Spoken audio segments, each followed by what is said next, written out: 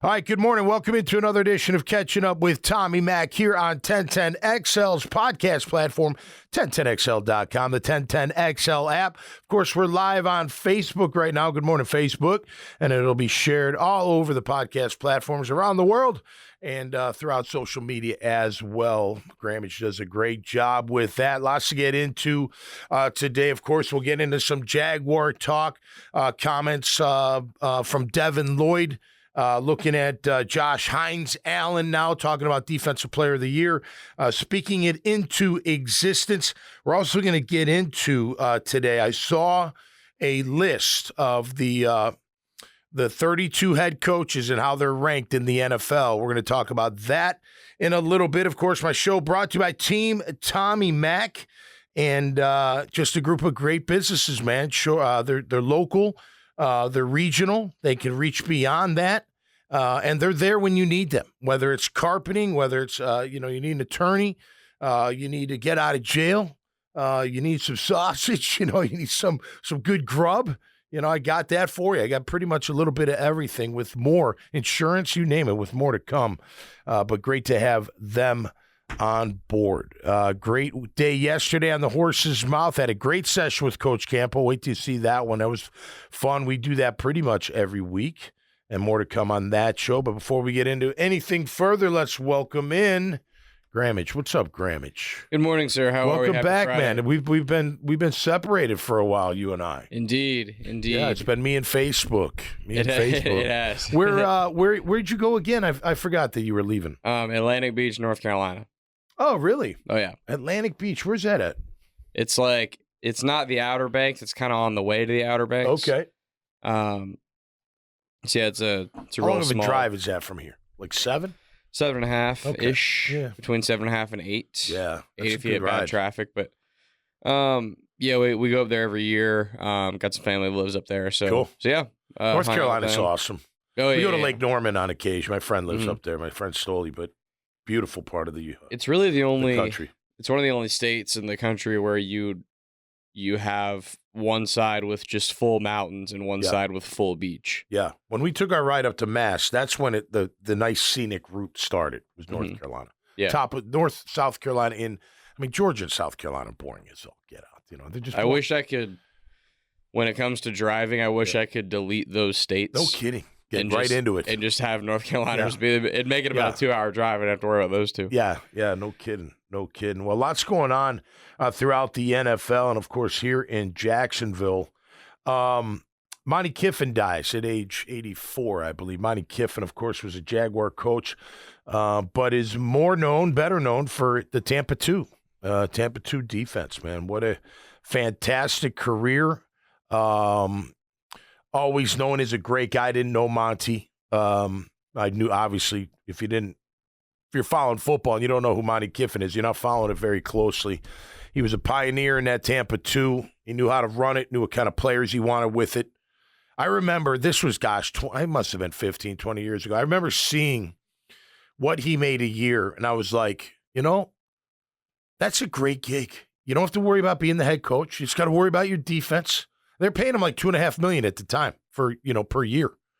And I was like, now I'd love that a head coach job. Don't get me wrong. I wouldn't back down from that at all, but that's a nice cushy job, especially when you got the players you need. You know what you're running. It's your defense, and it just keeps getting better and better and better. So God bless him. And, of course, Lane Kiffin, his son, and all the family, we thoughts and prayers. But Monte Kiffin passes away at Tampa 2. What Ryan Nielsen plays is kind of like a Tampa 2. I mean, that's what he's playing. Press 2. Get up in the face. It looks like man, but it's cover 2. You got to have a good front 4, though.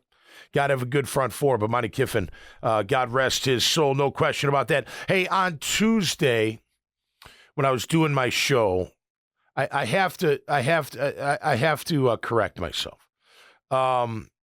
This domestic violence charge against Cameron Sutton, he got an 8-game suspension. I commended the NFL for the 8-game suspension. Like it's a step in the right direction.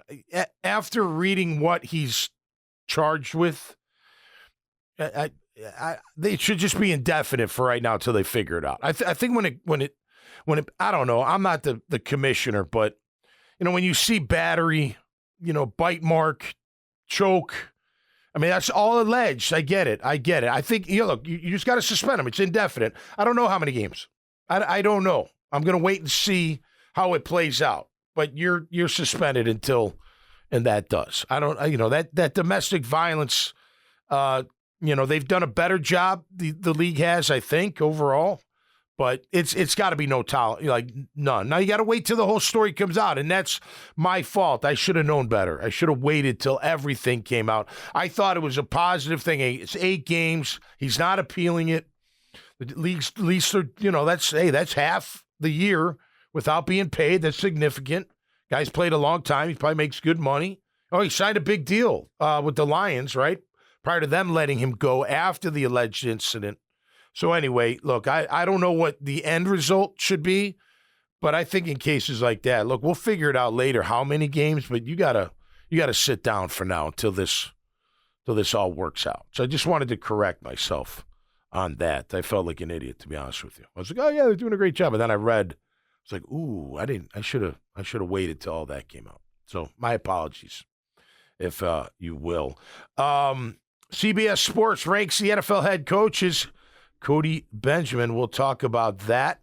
I do want to get into Devin Lloyd's comments about it's always, the goal is the Super Bowl.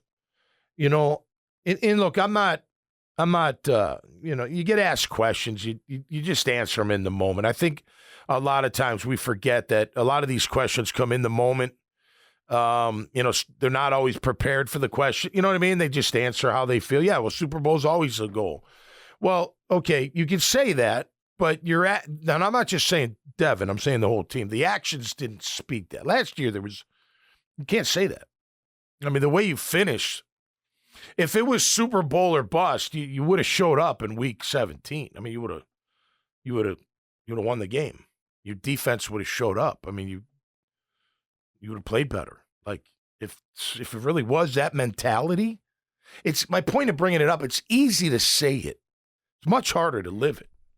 And you got to live it for beginning of training camp through till you're done. And hopefully it's the end of the Super Bowl, and I get it. Everybody needs content and we need,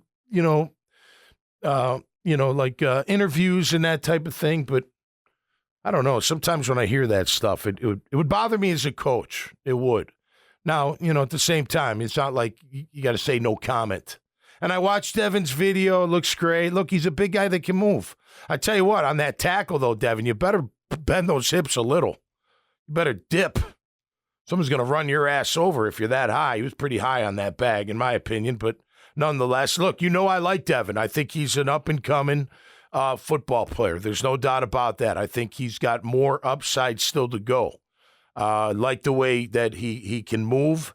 Like his aggressive ability. I noticed in, was it receiver? I haven't watched receiver yet. Have you seen it yet? I haven't. I have, but one of the highlights is Kittle beating Devin on a bomb, and he's like, no linebacker can cover me. He wasn't, it wasn't bad coverage. I mean, it just, they threw it inside, which is a smart move by Purdy, and he just never turned around to see where the ball was. He was right on him. It's a little push up, but that happens. You just got to get better. It's just more practice, more repetitions doing that, covering a tight end on a wheel route, down the field, and knowing when to turn, turn that head, turn that body. I wasn't good at it. Tell you right now, that was not my forte of down the field pass coverage. But I knew how to play it. There's one thing in knowing how and being able to do it very well. Like other guys, but that's the key, right? So anyway, I think Devin's got a lot of ability, and I'm not bagging him for what he said, but if you're gonna say that, then if you're gonna talk it, then walk it. You know what I mean? I love swagger. I love it. You talk all you want. You talk trash. You go for their mama. I don't really care. Just back it up. Just back it up every single time. So if it's Super Bowl or bust, then play like that. Every single time. Fair? I think it's pretty darn fair. That's today's clip is you go for their mama. End of clip. What's that? You can go for their mama, mama jokes. Hey, that's all right. Whatever. But I It's won't on add the them. other context. I'll just clip you saying, you go for their mama. I don't Go care. for their mama. I don't care. Listen, some of the mamas are attractive enough to go after, I guess. I don't know. But nonetheless. All right. So I am going into Jaguars today, which I'm looking forward to. Me and Fat Tony will get after it. We got a little bit of time here. I saw a ranking. Did you see this ranking from CBS Sports? The 32 ranked NFL head coaches, okay, out of 32. Where do you think Doug, have you seen this list? No. Okay. Where do you think Doug, in your opinion, would land 1 out of 32? This is the same dude that left Josh Allen off the list or whatever. I don't know. I have no idea. Yeah. I don't, and that's ridiculous. Yeah, that was clearly a mistake. But anyways, Doug is ranked 10th. No. Lower? Lower. 13th. Lower. 16th. 16th. Right in the middle of the pack.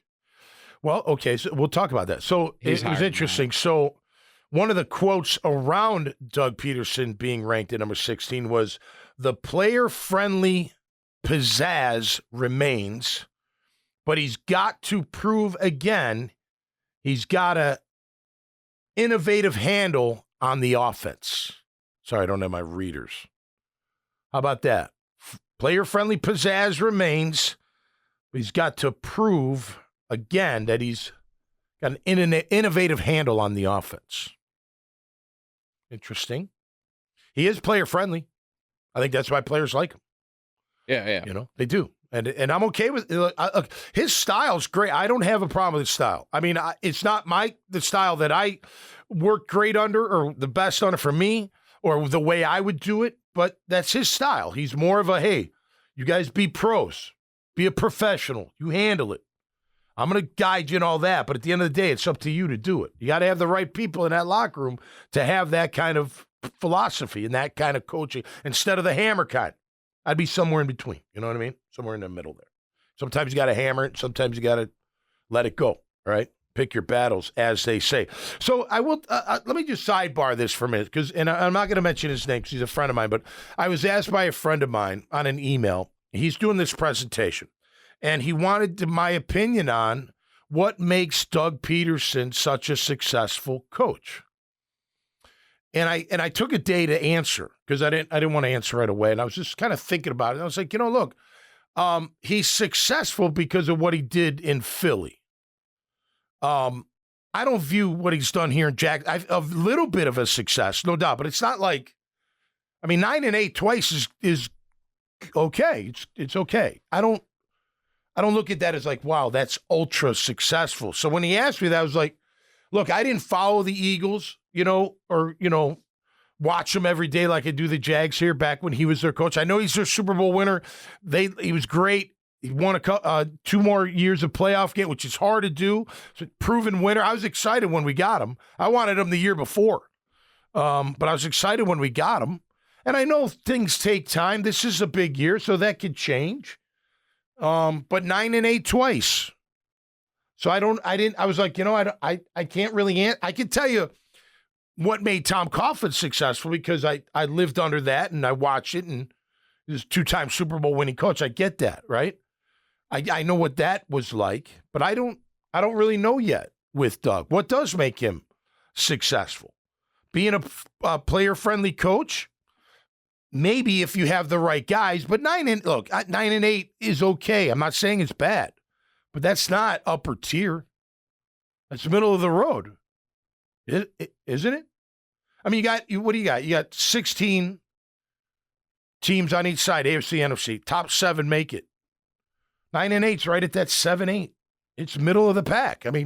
That's for our stat people out there. That's middle of the pack. So is that success? Look, back-to-back 9-8. Is there some success in that? No question. Do I look at it like, yeah, he's been really successful here, and this is why?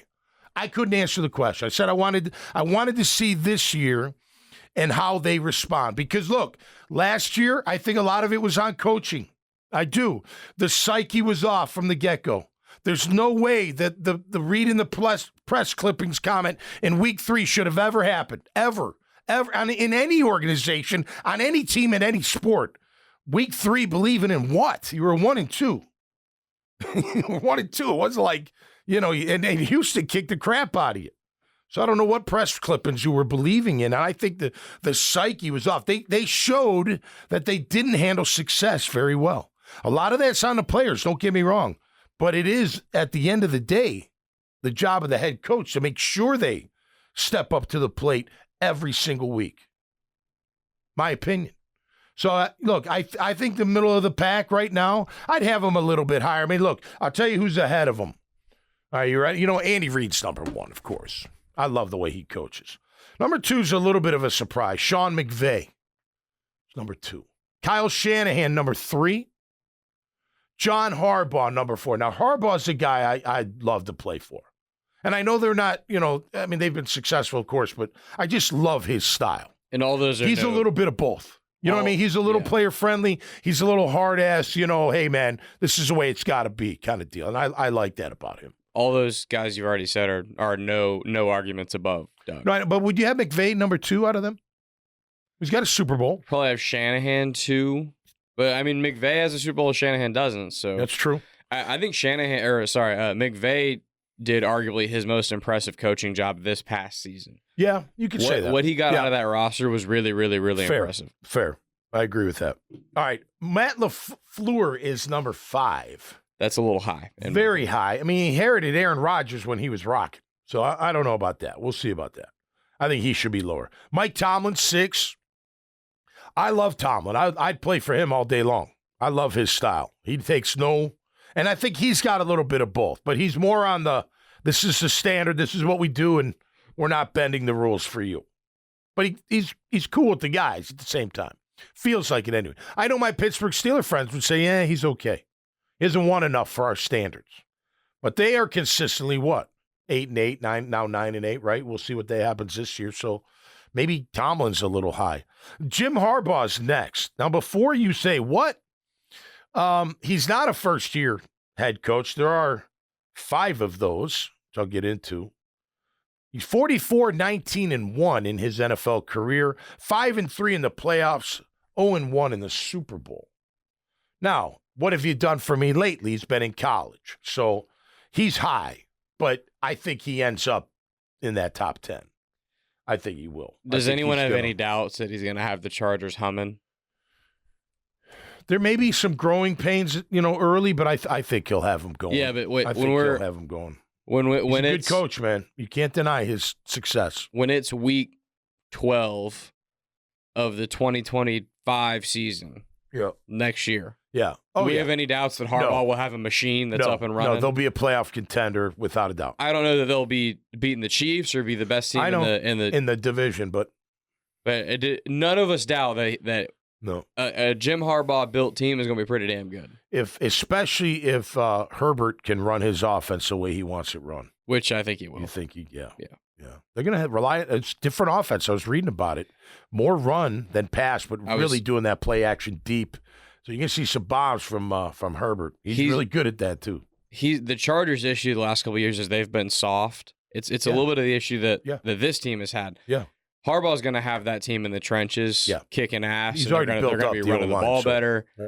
And there's going to be a toughness about them that he's going to give them they have not had. And when you factor that in with the talent they already have, that they're going to be tough to deal with. San Diego's always kind of had that moniker. I mean, they've had great tough players, Seau, Rodney Harris, physical guys, LT, great, you know what I mean? But they were never that clutch, tough kind of team. Road grading, linemen. Yeah, they almost had to be in the sunshine for it to be a good day, you know? Yeah. Anything that, weather or whatever got in their way or just a really tough team they couldn't push past.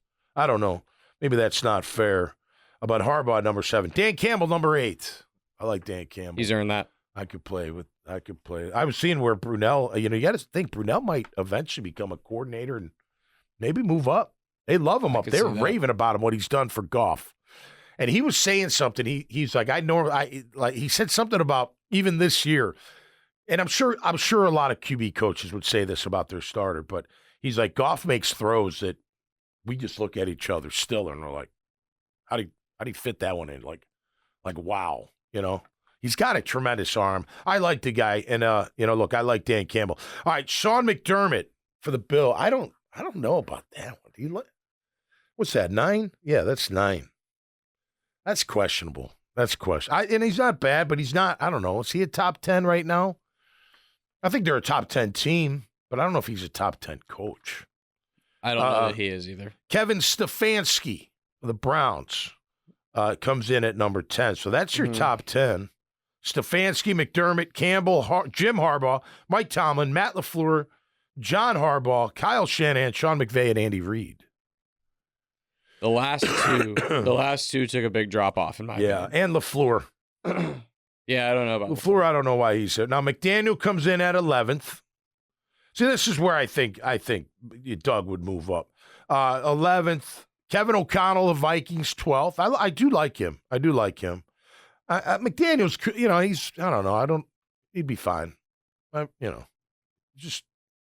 know how much he'd motivate me, But he is a wizard when it comes to offense, so maybe just let him do that and leave him alone.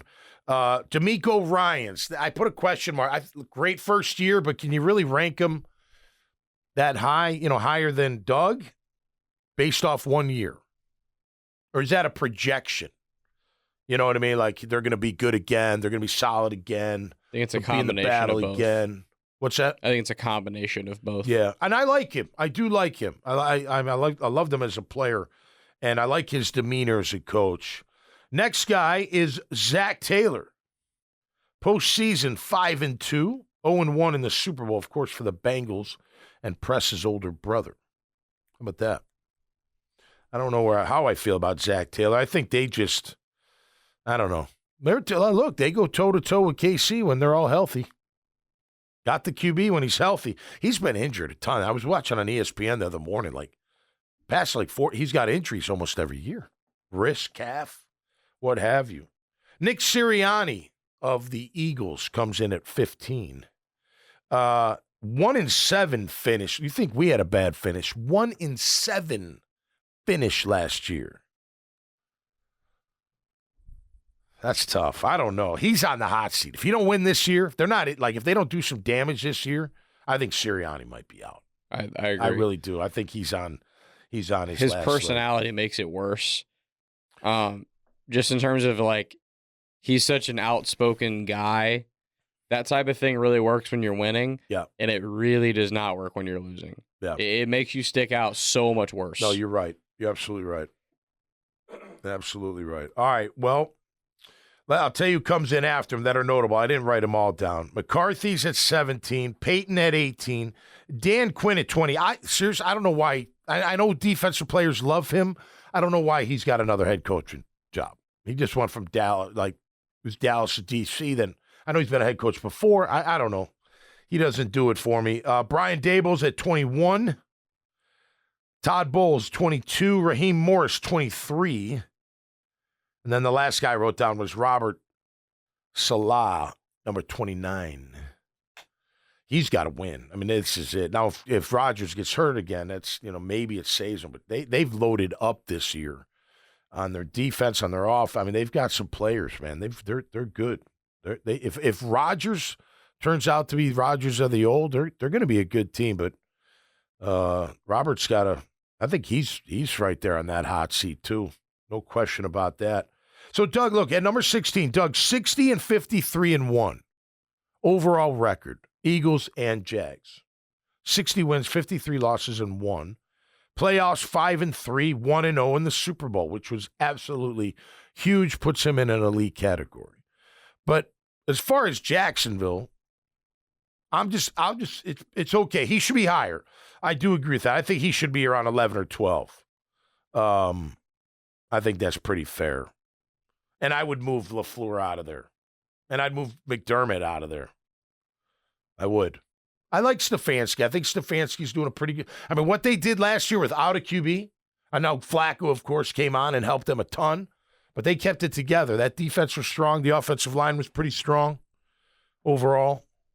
We'll see what they do this year. So there you go. First-year head coaches, Jared Mayo at New England, Brian Callahan, Tennessee, Antonio Pierce, Las Vegas, Mike McDonald at Seattle, and Dave Canales at Carolina. All first-year HCs. So Doug at 16. I think he should be around 11. I think he jumps up with a really big year this year. I think they got to make some noise this year. And I think they're poised to do it. Everyone's excited. Everyone's got questions, but everybody's excited, myself included. I'm really looking forward to camp. Remember I said for a while I wasn't looking forward to camp. But I do have it strategically planned, so I think it'll help my mental health a lot while I'm out there. You know what I mean? Instead of watching every warm-up. The warm-ups take a long time. Like, you think you got to get there early, and you do, and it's cool. Don't get me wrong. It's nice when you're out there, and the crowd's not there yet, and, the heat's not totally there yet, and you smell the grass. See everybody and say hello. That's part of it, right? You got to be seen in this business. But the first 30 minutes, maybe even an hour, they don't do that much. Yeah. You know what I mean? They do the individual drills, and they're working hard. I'm not saying that, but, like, they're not doing, one-on-ones yet. Maybe within the hour they're doing one-on-ones. But it takes a while for them to get going. So I'm going to wait. I'm not going to be the early bird that catches the worm, so to speak. I'm going to be right as they get into, whether it's 9, I hope they do some 9-on-7, blitz, team, that kind of stuff. I'll be honest with you. I've talked about this physicality. I would be, I know that's going to sound, maybe it sounds strange, maybe it doesn't. I don't need it in 11-on-11. I need them to go pretty good, but I need it more in 9-7 blitz. Like, that's when I need it to be physical. I don't need 11-on-11. Guys get hurt on 11-on-11 a little bit more because there's too many guys around falling over each other. Go. Maybe a second, go hard. With that initial hit. But I don't need it in team. I need my receivers and my defenders and guys going out for routes to be full speed, no doubt. But as far as that physicality, man, so that 9-on-7, we called it inside run. They had 9, we'd have 7, 1's a QB, so you can figure that out. So that was fun. That was, thudding. Sometimes we drop the safety in and make it 8. They loved it when Double D showed up as a rookie and they dropped him in the box because he didn't know anything but full speed. Back then, it was full speed. Thud was pretty good. It was pretty violent, especially during the week. Wednesdays, especially, sometimes you're a little banged up and then somebody hits you the wrong way and you get really fired up and then it's almost like a game. Those kind of things. I think that kind of physicality will help you win more games than not, in my opinion. So let me just finish with this. Josh Hines Allen, congratulations. I didn't read the backstory, but whatever it is, good for you. Makes you happy, then that's great. You're being very vocal about going after that Defensive Player of the Year award, which is great. And look, I'd like that than the opposite. From a guy that just signed a big deal. Yeah, I want more. Not money. I want more. Recognition, notoriety. I want to make a difference. And Josh is that kind of guy. So, can he best? You're going to have to best 17.5 to win Defensive Player of the Year. Unless you're leading the league at 17.5. Who knows? Maybe it's not a 19 or 20 or 21 sack, total this year. We'll see from one guy. But you're going to have to do more than that. And I think, look, I think you're going to have some competition with maybe not Player of the Year, but sacks with Trayvon. That kid keeps developing. I don't know. If they slide to Josh, guess who's one-on-one? And Armstead. Yeah, and Armstead. Well, you can slide to him, too, if he's on that side. But if not, right. He'll have some sacks from the interior. What's that? He'll have some sacks. Oh, yeah. Well, last year, Roy had 3.5. And I think Gotsis had 1.5. I don't think anybody else got one. Maybe one. Hamilton might have got one. But that's not enough. And it's not, for me, it's not even the sacks. Because they sacked the quarterback well. They did great on third down. That's what's wild. At least for the majority of the year, they did great on third down. The defense. Offense kept giving the ball back, but defense stood up. And they did it without being that great against the run. Without being fit. That's what I'm glad to see happen. I want that run stopped. And if you get push, great. Get sacks, even better. Got to collapse the pocket, there's no doubt. I don't know if that always results in sacks. Sometimes it does.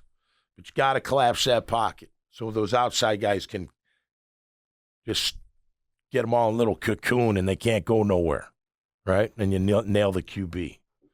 So hopefully that happens. Look, Josh, I'm all for it, man. Get that Defensive Player of the Year. That means we're winning.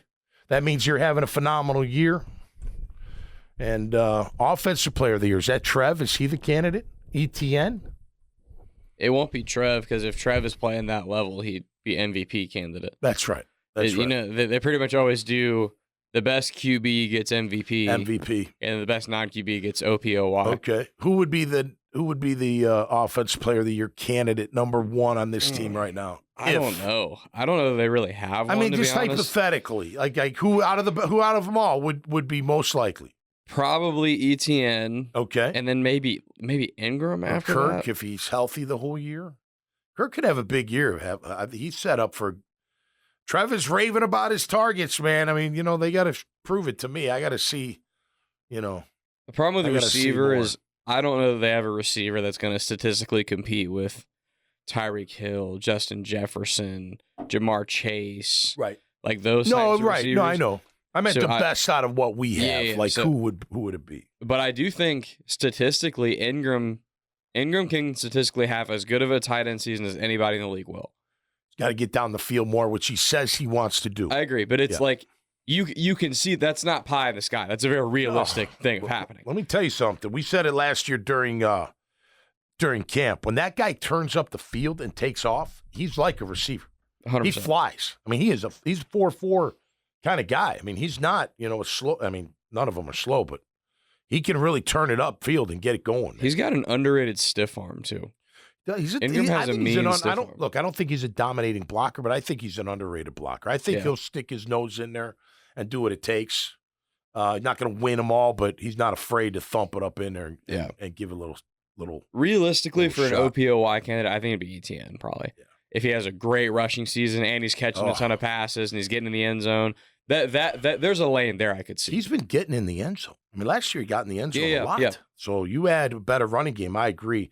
Let's see him at a one-on-one in a pass game too, man. Just a little bit. Let's see him with guard, center, guard being better than just some traffic cones out there. Yeah, and give him a little bit of space. All right, that's going to do it for me here on Catching Up with Tommy Mac, brought to you by Team Tommy Mac. Want to thank them all. Chris Rusero's Bail Bonds, J-Dog Junk Removal and Hauling, Graffiti American Burger Bar, Michael Nickus' State Farm Agency, Carbon Man Flooring, Family Tradition Specialty Foods, home of CJ's, the Coconut Joe's Hot Sauce. Had the sriracha last night, phenomenal. Azar Sausage, Code Ninjas, Beach Life Rentals, and the Salt Air Inn and Suites in Atlantic Beach. Of course, I want to thank 1010XL. Hey, make sure when I post this and I share this and I tag all those great Team Tommy Mac members, when you need them, just click on that handle and it'll take you right to their page. All right, I got to run off to Jaguars today with Fat Tony and Pockets. We'll see you next time right here on Catching Up with Tommy Mac. Peace and love out there.